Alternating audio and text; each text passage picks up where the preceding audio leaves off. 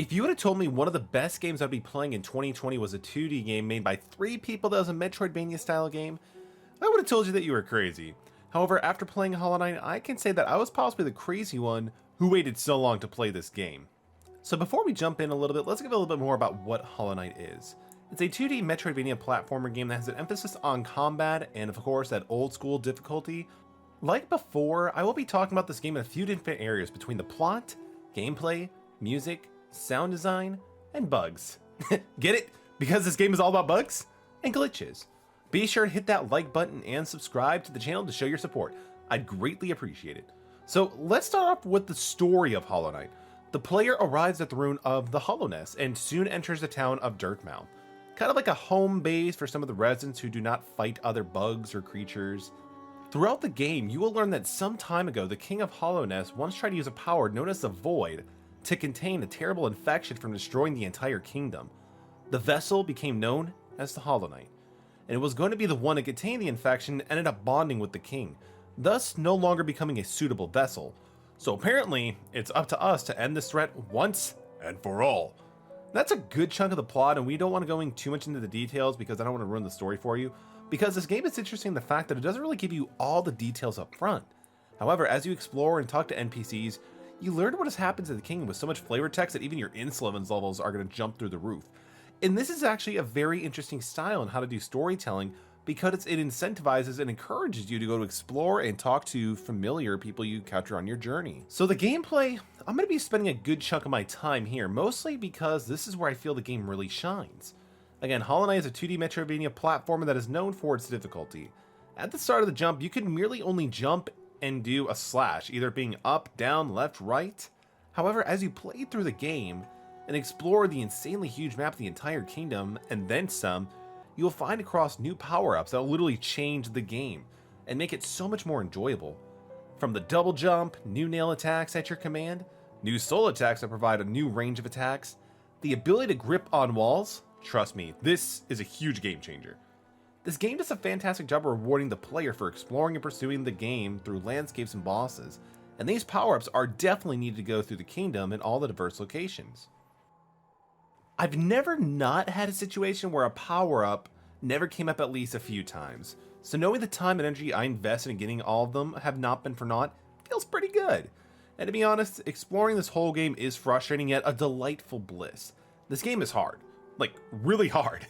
You will die, I can nearly promise you on that. But at the same point, this type of game is what it's about. To really give you a challenge and to overcome these obstacles that bar your way, it's the way the game is meant to be played. And some of these bosses actually have unique mechanics, that as soon as you learn their patterns, you'll be able to usually have something thrown at you to make it more of an obstacle. Let's take a look at the Mantis Lords, and by the way, I love this fight. You first start off by taking off one, easy after you get through the first one. And then you have to fight two at the same time. And the way that the song's combat is, it's like a rhythm. It's like a song that breathes of itself in this fight. And I loved every second of it. It felt so rewarding to be able to overcome this type of challenge. Right after mastering fighting one of them at a time, they throw two and you're good to go. The same also goes for the Record Knights. One of them is not so bad. So how about trying to defeat 5 with a few going off at the same time? It's crazy to think how well this game reminds me of Mega Man, in which you learn what the environment throws at you, and then as soon as you master the obstacle, the environment decides to crank it up a few notches and really test your abilities as a gamer. The boss fights are a lot of focus on well in this game as well.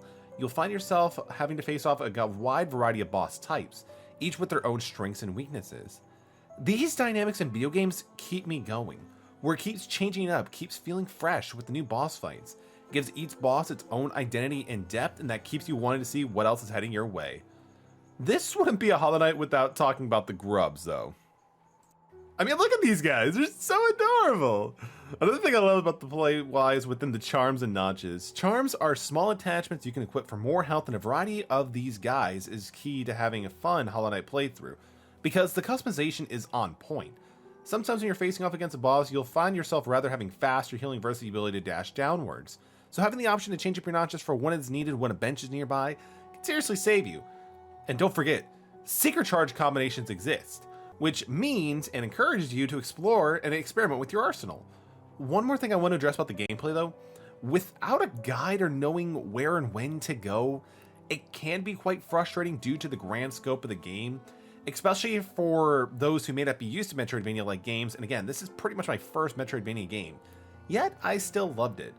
Something I would suggest to get the compass notch as soon as possible, as well as maps in the new locations. These are huge locations.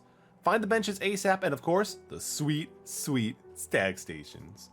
The music and the art in this game is top tier as well, especially for an indie game. I can't explain it, but the music often feels perfect for the situation.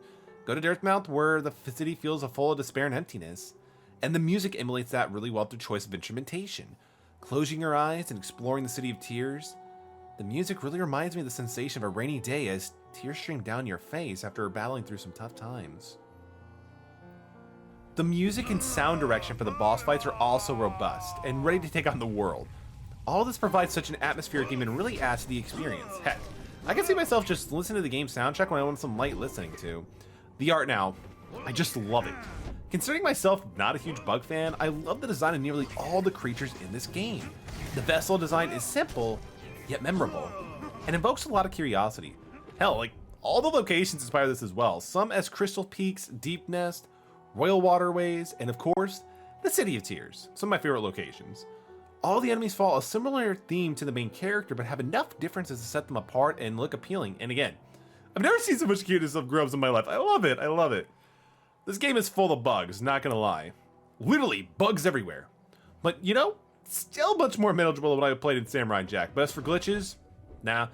Nothing really came up too often, though I often did find myself in some weird situations when it came to specific boss fights and the double jump. There would be times where I swear I would hit the X button to do my double jump, but the game doesn't recognize this. It happened to me enough times where it actually caused me to keep dying.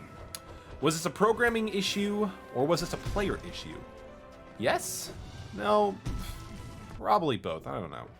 For those who love a game with deep lore, huge worlds to explore, simple-minded combat that could be difficult to master and want a challenge well worth the price tag of only $15 US, Hollowknight is a fantastic example showing that pure talent in a video game can come from anywhere and make a profound impact on the gaming climate. To be honest, I love this game, and in fact, you can actually watch me stream the entire game. There is a playlist on my channel for the entire stream of Hollowknight on my Twitch page, twitch.tv/Aerox. Go check it out and be a part of our growing community. I'd love to have you there. All right, everybody, let me know your guys' thoughts down below on Hollowknight. I love this game, and I'd love to hear what your guys' favorite areas were. And, of course, please tell me what your favorite boss fights were, and, of course, your least favorite parts of the game. Have a great rest of your night, everybody. Take care. Peace.